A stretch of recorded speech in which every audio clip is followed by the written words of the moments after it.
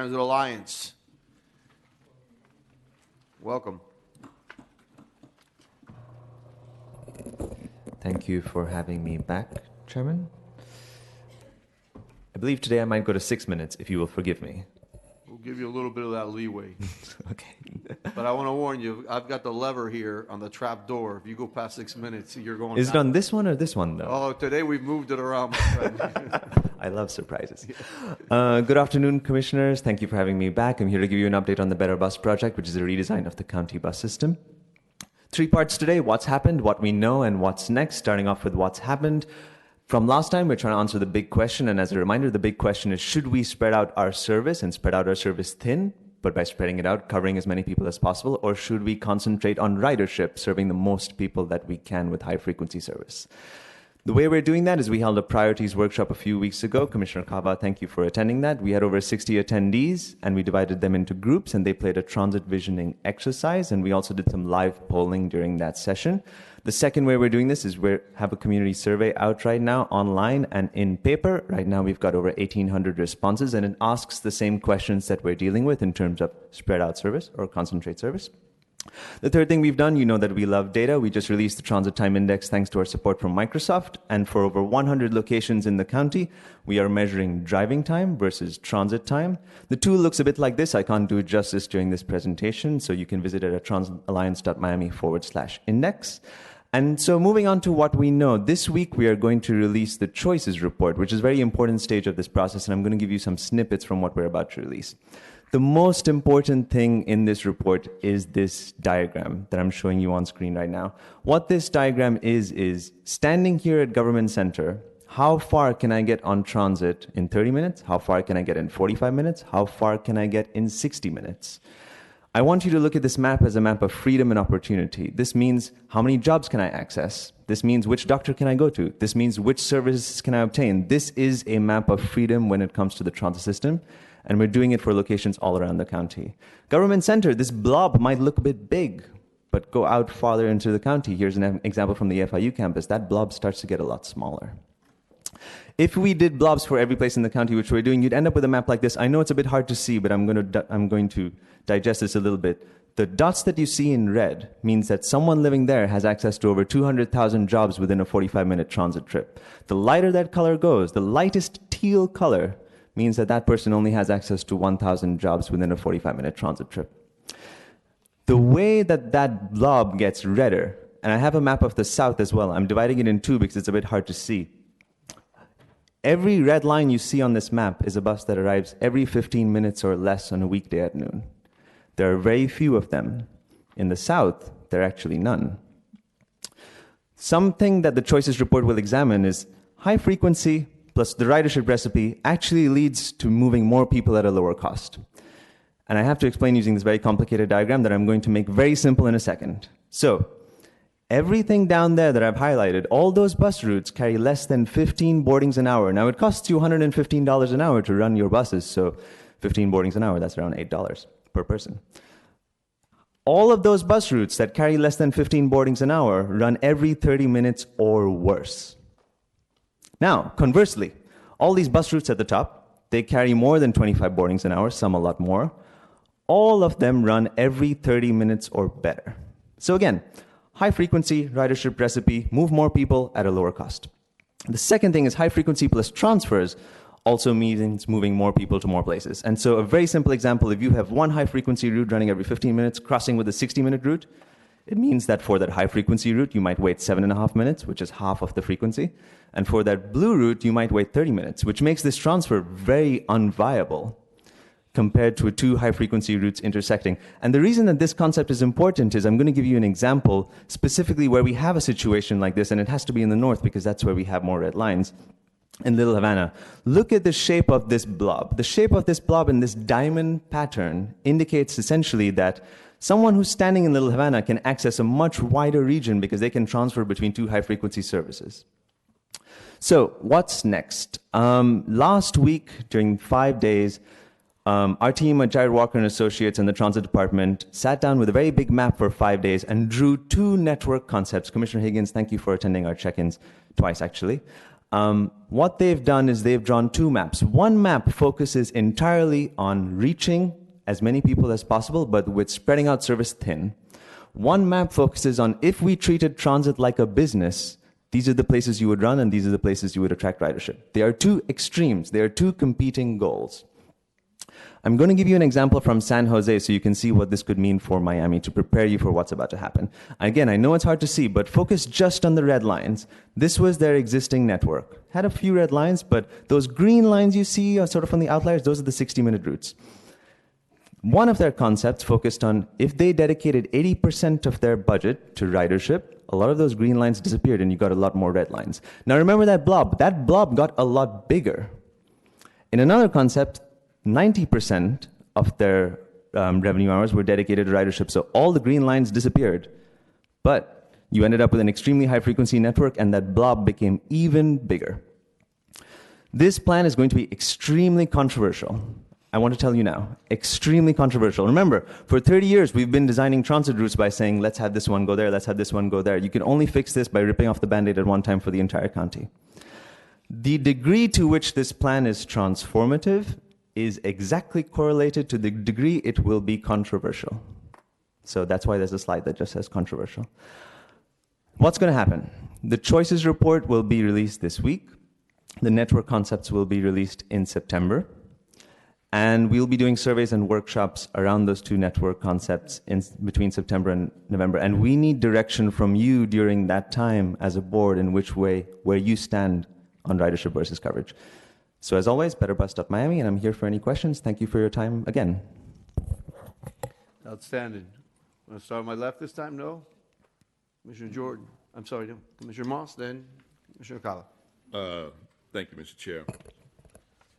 How do you come to a balance in that case? In other words, clearly there are vulnerable populations, you know, in our community, you know, who live in underserved neighborhoods, challenged neighborhoods.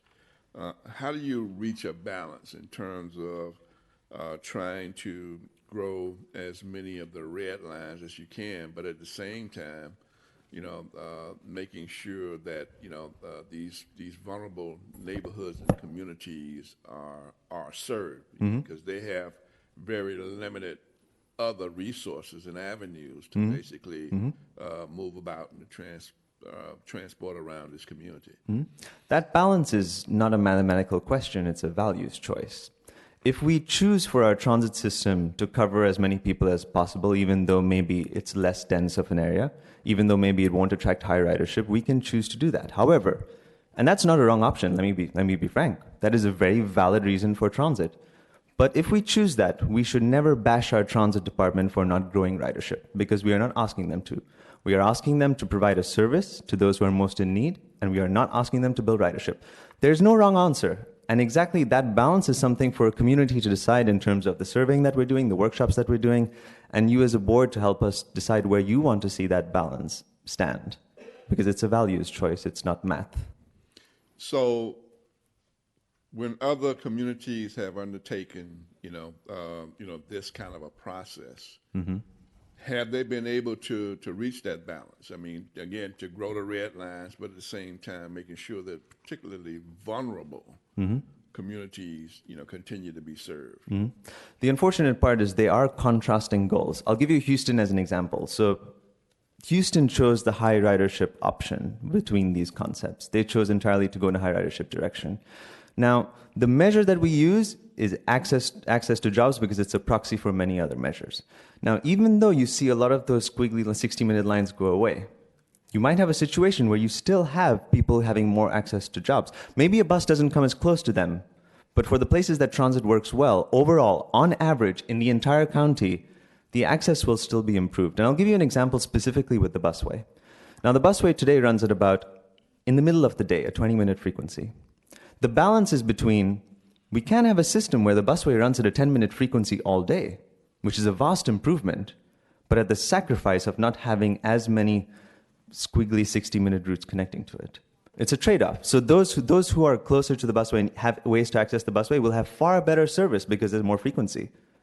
But those who are further away and the bus routes that are a little bit more unproductive and a bit more expensive to run, those might go away. Again, neither is the wrong option. And that striking that balance is, here I can tell you mathematically, like we'll present to you two options, one which has a certain percentage dedicated to ridership, a certain percentage dedicated to coverage. And you might tell me, Commissioner Moss, you might tell me, actually, I would prefer the coverage option. I think that that is the better option, especially in my district, especially for our county, and that's not a wrong answer. It's a completely valid and good answer. Thank you, Mr. Chair. Thank you. Commissioner Kala, you're recognized. Yes, thank you. Well, this certainly has been a fascinating process, and from the time you presented here and at the time Chairman Bovo took it up and the mayor, moving very quickly, I might also add. So it's a public-private partnership. We've had public and private participation and dollars as well. Really outstanding. One of the points that you mentioned today that is new to me is the distance from jobs. Mm-hmm. I think that data is so incredibly important, and I would certainly like to be briefed more specifically, and I think we can use that as part of our economic development strategy. So I want to commend you for that. I also want to say, and I brought this up consistently through my involvement, and it gets to Vice Chairman Moss's point. I think the technology that we're using or the approach that we're using kind of predates last mile solutions. And I think that last mile solutions are the critical add-on that at a lower price can help us get the coverage. But I think it's very difficult to have this conversation and sacrifice coverage for ridership without including that last mile component. So I don't know how you can bring it out more clearly in these conversations, but I would really urge you to do so, because I know that's where I'm going to have palpitations. You know, it's great to have a system that serves more people and gets more choice riders, but you know, when it's at the expense of people who live in outlying places that need to get to jobs, who may be the most transit dependent, you know, that's not a great trade-off. So I just encourage you to incorporate that into the presentations. No, I appreciate it. Thank you for your feedback. Thank you. Well, thank you for the progress report. Oh, I'm sorry. Go ahead, Commissioner Higgins. I also, just to feed off of what Commissioner Moss and Commissioner Levine-Cava have said, I attended two of it was kind of fun this week. You could kind of show up from 4 to 5 and see the work in progress. And I will tell you, and I'm pretty open-minded about figuring out all possible ways of making transit work. And every now and then I saw a proposal that gave me almost heart palpitations and had to be walked off a ledge. But for me, some of these vulnerable communities are actually our seniors. And so some of the proposals, you know, a lot of times we actually have bus routes that go in circles, because that's really where our seniors need to travel. Like, they actually don't go long distances, they go little miniature distances. And Commissioner Bovo and I had a sunshine meeting, and I made him aware of a project that I was trying to work on in my district, so I just want to update the whole committee on where we are with that, about this last mile, because I was very concerned that we're working on a bus system and trying to solve everybody's needs without really looking deeply into what the first, last, and on-demand solutions can be in a data-based way versus in a cool factor way. And so we had our first meeting this week. What we're doing in a small portion of District 5 is we are plotting every senior citizen center in the district, and then we are overlaying all the transit solutions for them. And then I would love to say August, but it seems right around the corner. Probably for us it'll be September. We are planning on doing focus groups in these senior centers to say, where do you go and when do you go? And I kind of know the answers to this. Like, they're not trying to get to jobs or FIU. They, on Sunday, they need to go to Mass at San Juan Bosco. And right now, our bus system, 2 ways. It's 2 hours just to get to Mass, to save your eternal soul. And then it's 2 hours on the way home. So they are definitely doing a lot of penance trying to do this. And they're going to tell us they want to go to the beauty salon and that they want to go to the grocery store. And so, but the goal for me is, at least in a little microcosm where I know we have a ton of seniors living, ask them what their transit needs are in a very different way, and then come up with an on-demand pilot project that works for those seniors. So I'm hoping we can put together something to bring to you all by the end of sometime this fall. And then we could run a real pilot that involves real training, because these are seniors. We're going to have to train them on how to use on-demand and how it works. Because if we can figure out that first and last mile in a very structured way, we can stop having those squiggly routes. I have them in my district. They don't make any sense. I know they make no sense. The city of Miami has demanded that we add the 6 back. Well, we don't need the 6 bus route. I have 4 senior citizens that when we senior citizen center, that when we eliminate the 6, those people have no transit options. They're not asking for the 6 back. They're asking to get to the grocery store. And so, so that project is underway.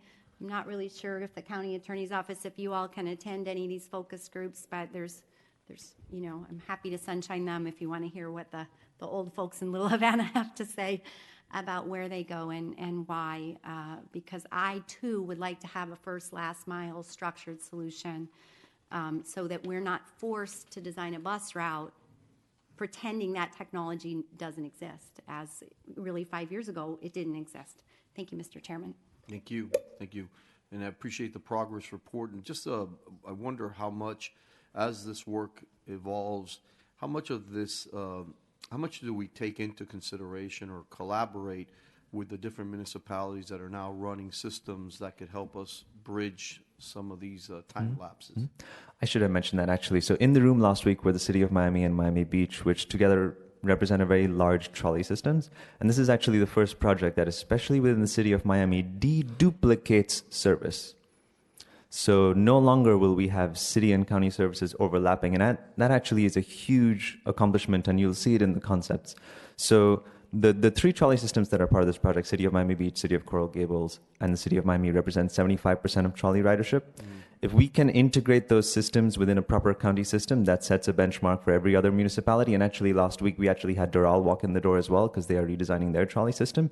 So it is quite a landmark event within these concepts that you will see a map that finally integrates 3 of these systems. So you speak to controversy, right? And, Yes. And I can see the controversy. Absolutely love it, though, because I think we need to be controversial in order for us to fix some of these things. And obviously, you'll have to come back and talk to us, and how do we reconcile systems that are free, in essence of get on fare free, but they're paying it a different way, as opposed to our system, where you're paying. And so at some point, we'll need to kind of reconcile that. And then the other thing, which was also a product of our Sunshine meeting, and I really applaud what the commissioner's trying to do in her district, is because in many instances we know where people want to go, the habitual route that they may take or may not take, is there a play here for some of the big box entities in our communities? And I'm using this term loosely, but for example, if we know that Maria Danilo and his wife or her husband want to go to Sedano's every day, does Sedano step up and provide, so is there a private approach that also could help us move people that may not want to be on a bus, but as Commissioner Herrius says, they just want to go to Sedano's and come back? Absolutely. And I think this is a big question about, we need to think about what you want the role of the county transit system to be. There are many situations within, like, for example, warehouse districts or large employers where, frankly, they should be running their own shuttles as opposed to a county bus. There are also situations where county buses may not be suited to the role that a private entity can actually provide better services for. But again, if you want the county system to focus on ridership, we need to think about, like, all of these other coverage services that are being provided. Can they be provided effectively by paratransit? Can they be provided effectively by on-demand services? Can they be provided effectively by private entities? Because the more the county is forced to provide those coverage services, forced is a rather bad word to use, actually, but the more that the county chooses to provide those coverage services, overall, as I showed in that bottom part of that graph, we're running buses that are very expensive to run and not very productive. So the answer is yes, there's opportunities to mitigate that in other ways. Yeah, and I think we need to just be able to explore all these things and you know, maybe the decision points for us over the next couple of years, and then new commissions as term limits comes in, may be easier maybe to implement some of these things. But without a doubt, this correlation between ridership and then a service line, I think similar to when we've had discussions about the South. We want rail, but we need the density. In order to have the density, you need more population, whatnot. And so I think they're all intertwined. So I appreciate the update, and I look forward to the next step, and hopefully we get to a controversial point where tension fills the room here. So We're going to be here till midnight or 1 a.m., I'm nice, sure. nice. Okay, thank you. Thank you very much, Commissioners.